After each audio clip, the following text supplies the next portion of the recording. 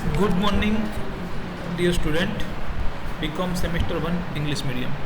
Dear students, in our previous lectures we complete our two methods. Number one, net assets method, and second is purchase consideration method. And we calculate the 4 or 5 example to both the methods. Now in this lectures I will discuss the another method, debtors and creditors taken over on behalf of vendors.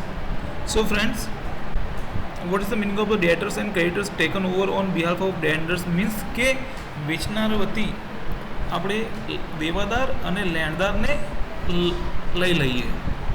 So a purchasing company may not take over debtors and creditors of the vendors of business, but may agree to collect the debtors and pay the creditors out of the proceeds. In such a case, the purchasing company acts as an agent of the vendor company. Naturally, any profit or loss made in collecting the debts or discharging the liabilities belong to the vendor. The company gets a commission for undertaking this work. The entries in the books of the purchasing company would be agender. तो समझाता हूँ friends, में क्या होता है कि इसमें होता है कि जो परचेज करने वाली कंपनी है वो जो हमारी वेंडर्स कंपनी यानी कि जो सेल्स कर रही है अपनी कंपनी को, उसके क्रेडिटर्स और डेटर्स को वो क्या करती है, डेटर्स के पास से पैसे कलेक्ट करने का काम करती है और क्रेडिटर्स को वो पैसे देने का काम करेगी. और इस काम के लिए उसे वो कमीशन लेती है. यानी कि मीन्स के जो यहाँ पे वो परचेजिंग कंपनी है वो क्या करेगी, वो करेगी यहाँ पे एजेंट का काम करेगी. और सपोज कि वहाँ से डेटर से पैसा कलेक्ट किया और यहाँ पे क्रेडिटर्स को पैसा दिया, तो दोनों के पास से वो अलग अलग कमीशन लेती है दोनों के लिए. और उसके बाद अपना कमीशन कट करने के बाद अगर कुछ पैसे बचते तो वो वेंडर कंपनी को वो पे कर देती है. तो उसी के बारे में हमें यहाँ पे पढ़ना है यहाँ, और उसके रिलेटेड हमें यहाँ पे जनरल एंट्री पास आउट करनी है. तो चलते सबसे पहले फर्स्ट जो है कि when the debtors are taken over as agent for the vendors, यानी कि जब जो परचेजिंग कंपनी वो एक्सेप्ट करते कि भाई मैं आपके जो परचेजिंग कंपनी है वो क्या करेगी, परचेजिंग कंपनी जो है वो जो अपनी सेलर कंपनी है तो उसको ये देती कि भाई मैं आपके जो डेटर्स हैं उनसे पास से पैसे कलेक्ट करने का काम कर दूंगा. तो तब कौन सी एंट्री होती है, तो vendors debtors account D R to vendor suspense account. तो फ्रेंड्स यहाँ पे वेंडर्स डेटर्स अकाउंट जो है उसको कौन सी लेनी, तो बुक वैल्यू लेनी, जो आपको वैल्यू दी गई हो, सपोज कि 30,000, 50,000, 40,000, तो वो वैल्यू आपको यहाँ पे लिखनी है. और उसको कहाँ ट्रांसफर करना है, to vendor suspense account. Okay, इसको यहाँ पे लिख देना. उसके बाद second number, when creditors are taken over as agents for the vendors. When creditors are taken over as agent for the vendors. तो फ्रेंड्स यहाँ पे जो हमारी परचेजिंग कंपनी है वो क्या करेगी, अब सेलर्स को, जो सेलर्स के जो क्रेडिटर्स हैं उसको पैसे देने का काम भी वो एक्सेप्ट करती है. तो उसकी एंट्री क्या होती है, तो vendor suspense account D R to vendors creditors account. देखो यहाँ पे हमने क्या किया था कि अगर हम पैसे कलेक्ट करते हैं, जब डेटर के पास से पैसे कलेक्ट करते हैं तो उसका वेंडर्स का सस्पेंस अकाउंट क्या होता है, क्रेडिट होता है.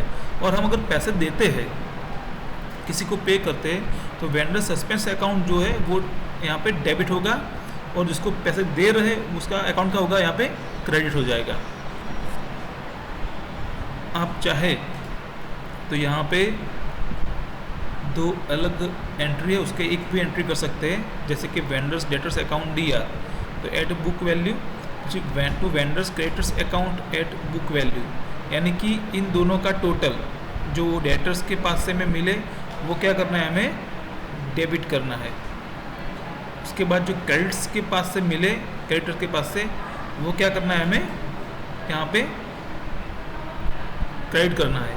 और वेंडर सस्पेंस अकाउंट में कितनी अमाउंट ले जानी है, तो डेटर के पास से कितने पैसे मिले और क्रेडिटर्स के कितने हैं, उन दोनों का डिफरेंस जो है यहाँ पे हमें लिखना है. मेरे ख्याल से आपको थोड़ा सा इसमें दिक्कत आएगी, इसलिए आप ये दो अलग अलग एंट्री करना ताकि आप आसानी से इसको समझ सके. उसके बाद हमारी थर्ड नंबर की एंट्री थी कि when money is collect from vendors debtors. अब जब हम उसके पास से पैसे कलेक्ट करेंगे, मीन्स के जो हमारा डेटर्स है वो हमें पैसे देता है, तब कौन सी एंट्री होगी, तो bank account D R to vendors debtors account. Means यहाँ पे अब एक्चुअली हमें कितने पैसे मिलते हैं वो हमें लिखना है। कई बार ऐसा होता है कि हम अपने डेटर्स को बोलेंगे कि भाई तो भी पैसा देगा तो हम तेरे को 5% कैश डिस्काउंट दे देंगे या 2% डिस्काउंट दे देंगे। तो वो डिस्काउंट कट करने के बाद आपको कितने पैसे मिले वो यहाँ पे हमें लिखना है। उसी तरह when any loss in include in realizing debtors bad debts discount etc हम इसको दे रहे हैं तो यहाँ पे देखो हम दे रहे हैं, मैंने बोला ना अगर आप पैसे देते हो तो क्या करना है, जिसको दे रहे उसका अकाउंट क्रेडिट करना है। तो वेंडर सस्पेंस अकाउंट क्या होगा, यहाँ पे DR होगा और वेंडर डेटर्स अकाउंट क्या होगा, CR होगा। उसी तरह से अब बात करते हैं हम क्रेडिटर्स की, जब उसको पेमेंट करते तो vendors credit account DR to bank account, जो यहाँ पे एंट्री की हमने डेटर से उससे ऑपोजिट एंट्री करना है। ओके, बैंक अकाउंट यहाँ पे DR तो यहाँ पे क्या करना है, CR करना है। और उसी तरह से यहाँ पे जो फॉर्म की एंट्री की सस्पेंस अकाउंट DR और वेंडर डेटर्स अकाउंट CR किया है तो इससे ऑपोजिट एंट्री करनी है कि भाई क्रेडिटर्स अकाउंट DR करना है और वेंडर सस्पेंस अकाउंट क्या कर देना है, यहाँ पे हमें CR कर देना है। तो इस तरह से हम इतनी एंट्री कर सकते हैं, बहुत ईजी है। आप इसको एक दो बार अगर मेरे ख्याल से समझ लेंगे तो आप अच्छी तरह से उसको लिख सकते हैं। अब चलते आगे 7 नंबर की एंट्री के any commissions earn by the company for the work undertaken would be record by the passing following entry. अगर हमें यानी कि मीन्स कि जब हम कमीशन को पे करेंगे, यानी कि हमारा जो परचेजिंग कंपनी जो हमारा एजेंट है हम उसको अब कमीशन देंगे, तो कमीशन हम देंगे तो अब कमीशन दे रहे हैं तो उसका कितना कमीशन हुआ, जैसे कि डेटर्स को कितने पैसे कलेक्ट किए उसके पास से उसको कितना कमीशन बनता है, जितने अमाउंट आप कलेक्ट करते सपोज के 30,000 या 30,000 या 40,000 तो 40,000 पे आप करेंगे। तो इस तरह से उसका डेटर्स के पास से कलेक्ट करने के पैसे का कमीशन और जो हमारे क्रेडिटर्स को वो पेमेंट कर रहा है उसका कमीशन यहाँ पे हमें लिख देना है। तो वो कमीशन कहाँ पे हम डेबिट करेंगे, तो वेंडर सस्पेंस अकाउंट पे, और कमीशन अकाउंट क्या करेंगे, CR करेंगे। अब लास्ट में जब हम उसको पैसे दे रहे हैं यानी कि अपना कमीशन काटने के बाद हम उसको जो पैसे हमारे बाकी रहते हैं उसको दे रहे हैं, तो vendor suspense account DR to cash bank account to share capital account और टू डिबेंचर अकाउंट, यानी कि हम इसको किस तरह से पैसे दे रहे हैं, अब कैश दे रहे हैं या शेयर दे रहे हैं या उसको डिबेंचर दे रहे हैं, जो भी इन दिनों से दे रहे हैं वो यहाँ पे हमें लिखना है। ओके फ्रेंड्स, अब इतना जो एंट्रीज है उसको हमें लिखने के बाद हमें यहाँ पे 3 अकाउंट प्रिपेयर करने हैं कि vendors debtors account, vendors creditors account और वेंडर सस्पेंस अकाउंट। तो अब यहाँ पे इसकी एंट्री कैसे करेंगे, तो चलते मैं आपको सिखाता हूँ। यहाँ पे vendors debtors account and vendor suspense account 2 account है। ओके, तो यहाँ पे क्या होगा, बहुत ईजी है। वेंडर्स डेटर्स अकाउंट क्या है, DR और सस्पेंस अकाउंट क्या है, CR है। तो इन दोनों की ऑपोजिट, तो सस्पेंस अकाउंट में हम क्या लिखेंगे, वेंडर्स अकाउंट, और वेंडर अकाउंट में और डेटर्स अकाउंट में क्या लिखेंगे, सस्पेंस अकाउंट। इन दोनों की ऑपोजिट एंट्री होगी। यहाँ पे 2 अकाउंट बनेंगे हमारे, एक डेटर्स अकाउंट और सस्पेंस अकाउंट। तो ये DR है और ये CR है। तो इसको हम डेटर्स अकाउंट में क्या करेंगे,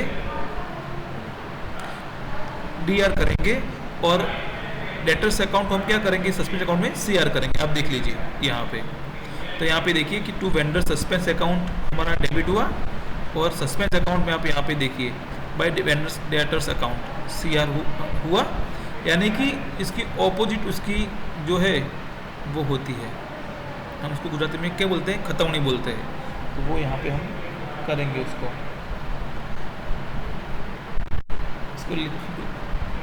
लिपिंग बोलेंगे हम इंग्लिश में। अब आगे चलते हैं, इसमें भी क्या है देखो कि वेंडर सस्पेंस अकाउंट DR है और वेंडर क्रेडिटर्स अकाउंट CR है। तो अब हमें यहाँ पे दूसरे 2 अकाउंट क्रिएट करने, एक क्रेडिटर्स अकाउंट सस्पेंड अकाउंट हमने ऑलरेडी किया हुआ है। तो अब यहाँ पे देखिए, यहाँ पे क्या है, CR है, तो सस्पेंड अकाउंट में हम क्या करेंगे, इसको DR करेंगे। तो यहाँ पे देखिए हम, तो वेंडर क्रेडिटर्स अकाउंट DR हुआ। अब यहाँ पे देखो कि सस्पेंस अकाउंट क्या है, DR है, तो क्रेडिटर्स अकाउंट में हम क्या करेंगे, इसको CR करेंगे। तो क्रेडिटर्स अकाउंट देखो by vendor suspense account 20,000 CR हो गया। अब उसके बाद 3rd नंबर का है, इसमें बैंक अकाउंट और वेंडर डेटर्स अकाउंट है, यानी कि एक ही अकाउंट यहाँ पे हमारा होगा। डेटर्स अकाउंट में बैंक अकाउंट क्या है, DR, उसको CR अकाउंट CR करेंगे हम बैंक अकाउंट। तो यहाँ पे देखो बैंक अकाउंट, ओके, कितना हुआ, 58,000 rupees bank account. Debtors account तो हमें करने की ज़रूरत नहीं।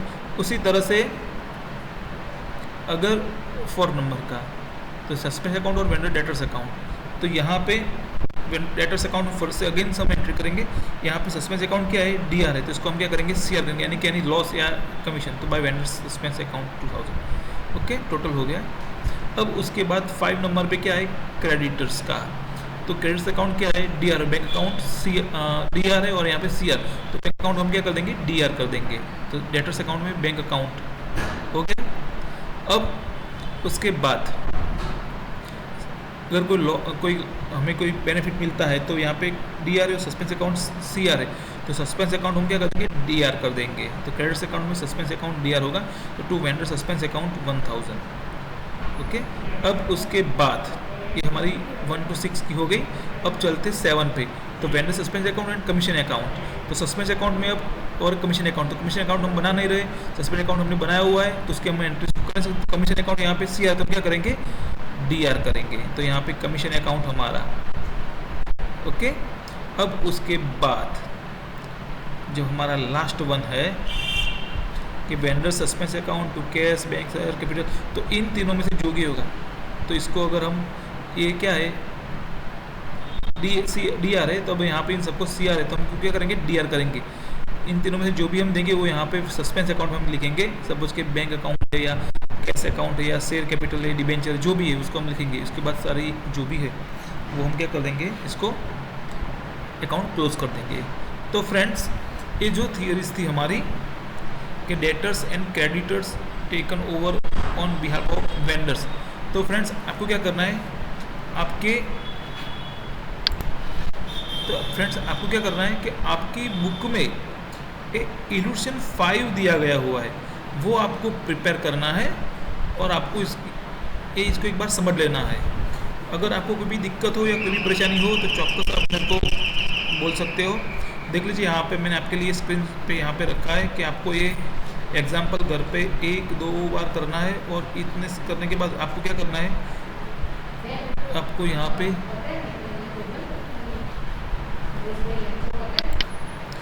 देख लो कि ये जो है हमारा, the business of Kailash was acquired by Ketan company limited with effect from 1 January 2011। All assets were taken over with the exception of books debts rupees 60,000 which the company undertook to collect on behalf of the vendors. The company also undertook to pay off the creditors of the vendors of rupees 20,000 out the relation from his debtors.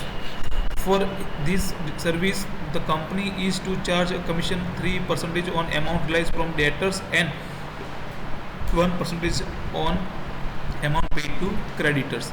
The company had realized total book debts for rupees 58,000 while creditors were paid at a cash discount of 5%.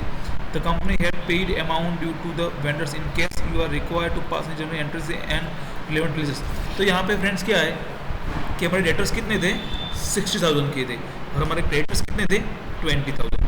अब हम जो debtors के पास से पैसे collect करेंगे उस पर हम 3% कमीशन लेंगे, और क्रेडिटर्स को जो पे करेंगे उस पर हम 1% जो है वो कमीशन लेंगे। हमने जो डेटर्स है उसको कितना पे, उसके पास से कितना कलेक्ट किया, 58,000, और जो हमारे क्रेडिटर्स थे उसको हमने कितना पे किया, तो 5% डिस्काउंट के बाद की जो अमाउंट रही वो उसको हमने वो किया, उसके पास से हमें 5% कैश डिस्काउंट मिला, यानी कि 20,000 का 5% कितना हुआ, 1,000। तो हमने उसको कितना पे किया, 19,000 रुपीज़ जो है हमने उसको पे किए। ओके, तो अब फ्रेंड्स क्या होगा, तो अब देखिए आपको क्या करना है। तो हमने यहाँ पे आगे देखा जो जनरल एंट्रीज पास आउट की थी, ये सारी जनरल एंट्रीज, तो वही एंट्रीज हमने पास आउट की वेंडर्स डेटर्स अकाउंट। तो आप देखिए सबसे पहले जनरल एंट्री कौन सी है, तो वेंडर्स की, कि भाई vendors debtors account DR to vendor suspense account 60,000। तो आप यहाँ पे देखिए हमारे डेटर्स की अमाउंट कितनी है, 60,000 है। अब हमारे क्रेडिटर्स कितने हैं, 20,000। तो vendor suspense account DR 20,000 to vendors creditors account 20,000 हो गया हमारा फ्रेंड्स। अब उसके बाद हम आगे चलते हैं 3rd नंबर की जनरल एंट्रीज। तो यहाँ पे देखिए अब उनको पैसे पे कर रहे हैं, तो पैसे पे कर रहे हैं तो कैसे, तो अब देखिए यहाँ पे कि भाई bank account DR 58,000, vendor suspense account DR 2,000, ये क्या आया हमारा कमीशन आया। To vendors debtors account 60,000। इसमें क्या किया है, इसने थर्ड और फोर्थ नंबर की जो एंट्रीज थी, ये दोनों एंट्रीज उसको एक कर दिया, यहाँ पे बैंक अकाउंट DR कर दिया, उसके बाद सस्पेंस अकाउंट भी क्या कर दिया, DR कर दिया, और वेंडर डेटर्स अकाउंट क्या कर दिया, CR कर दिया। ओके, क्योंकि दोनों में CR कौन सा है, डेटर्स अकाउंट है हमारा, इसीलिए। तो उसी तरह हम क्या करेंगे, तो यहाँ पे देखिए कि हमने 50,000 उसको पे किया, 2,000 रुपीज़ जो है वो हमें कमीशन मिला, तो टोटल कितना हुआ 6,000। उसी तरह क्रेडिटर्स को, तो वेंडर्स क्रेडिटर्स अकाउंट DR 20,000, अब हमने उसको कितना पे किया 19,000, तो टू वेंडर सस्पेंस अकाउंट कितना है 1,000, क्या है वो है हमारा कमीशन। अब यहाँ पे वेंडर सस्पेंस अकाउंट DR, तो अब 58,000 पर 3% और 1,000 जो 20,000 1,000, इन सबको मिला के कितना कमीशन होता है, तो वो कमीशन हुआ 1,930 रुपीज़। तो vendor suspense account DR to commission account CR 1,930 rupees. Okay, तो ये हमारा जो है वो कमीशन हो गया। उसके बाद अब हम उसको लास्ट में पैसे दे रहे, तो वेंडर सस्पेंस अकाउंट, तो अब कितने पैसे रहे, तो 58,000 थे, उसमें से आपको 90,000 देने हैं। ओके, उसके बाद जितने बचे उसमें से उसका कमीशन, एक कमीशन आपको डिडक्ट करना है, यानी कि 58,000 माइनस 90,000 प्लस माइनस अगेन 1,930, यानी कि 37,070 रुपीज़ बाकी रहते हैं। तो ये आपको इसे एंट्री करनी है। उसके बाद यहाँ पे देख लीजिए कि आपको क्या करना है, उसके बाद आपको यहाँ पे जो है वो अकाउंट पे करने, अकाउंट बनाना है। तो देखिए आप ये अकाउंट पे के 52, ऐसे हमने अभी थोड़ी देर पहले ही हमने इसको डिस्कस किया था। तो इस तरह से आपको 3 लेजर्स क्रिएट करने हैं, vendors debtors account, vendors creditors account and vendors suspense account. तो फ्रेंड्स, आई होप कि आपको आज का ये एग्जाम्पल जो समझाया वो आपको समझ में आ गया होगा, और मेरे ख्याल से आपके जो है, एक मिनट, तो फ्रेंड्स आपकी बुक में एग्जाम्पल नंबर जो 8 है वो आपको कैलकुलेट करना है सेल्फ प्रैक्टिस में, सेम टू सेम ऐसा है ये, आपको इस तरह से ही उसको करना है, कुछ नहीं करना है। सिर्फ यहाँ पे जो हमारी जो एंट्रीज है, जनरल एंट्रीज, उसमें सिर्फ आपको यहाँ पे फिगर्स नोट डाउन करनी है और कुछ नहीं करना। घर पे एक बार बैठ के आपको इसका रिवीजन करना है। और वो एग्जाम्पल नंबर 8 है, मैं आपको भी दिखा देता हूँ, ये रहा, आप देख लीजिए, जय विजय कंपनी लिमिटेड। तो आपको ये जो है आपको घर पे बैठ के 1-2 बार इसका प्रैक्टिस करना है, कैलकुलेशन करना है। सेल्फ प्रैक्टिस में आपको मैं एग्जांपल दे रहा हूँ 1 नंबर का, और मुझे ये ट्रस्ट है कि आप सब घर पे बैठ के इसको 1-2 बार जब तक आपको समझे तब तक आप करेंगे। और इसी के साथ हमारा जो यूनिट 3 था वो कंप्लीट होता है। अगले लेक्चर्स में हम अपना लास्ट यूनिट जो यूनिट 4 वो स्टार्ट करेंगे, उसको डिस्कस करेंगे। तो जब तक आप ये एग्जाम्पल करने लेते तब तक मैं अपना अगला एग्जाम जो अपना यूनिट है वो आगे नहीं स्टार्ट करूँगा। तो अगर आपका हो जाए तो आप मेरे को ग्रुप में या पर्सनली आप मेरे को सेंड कर देना, मैं देख लूँगा। ओके, थैंक यू, जय हिंद।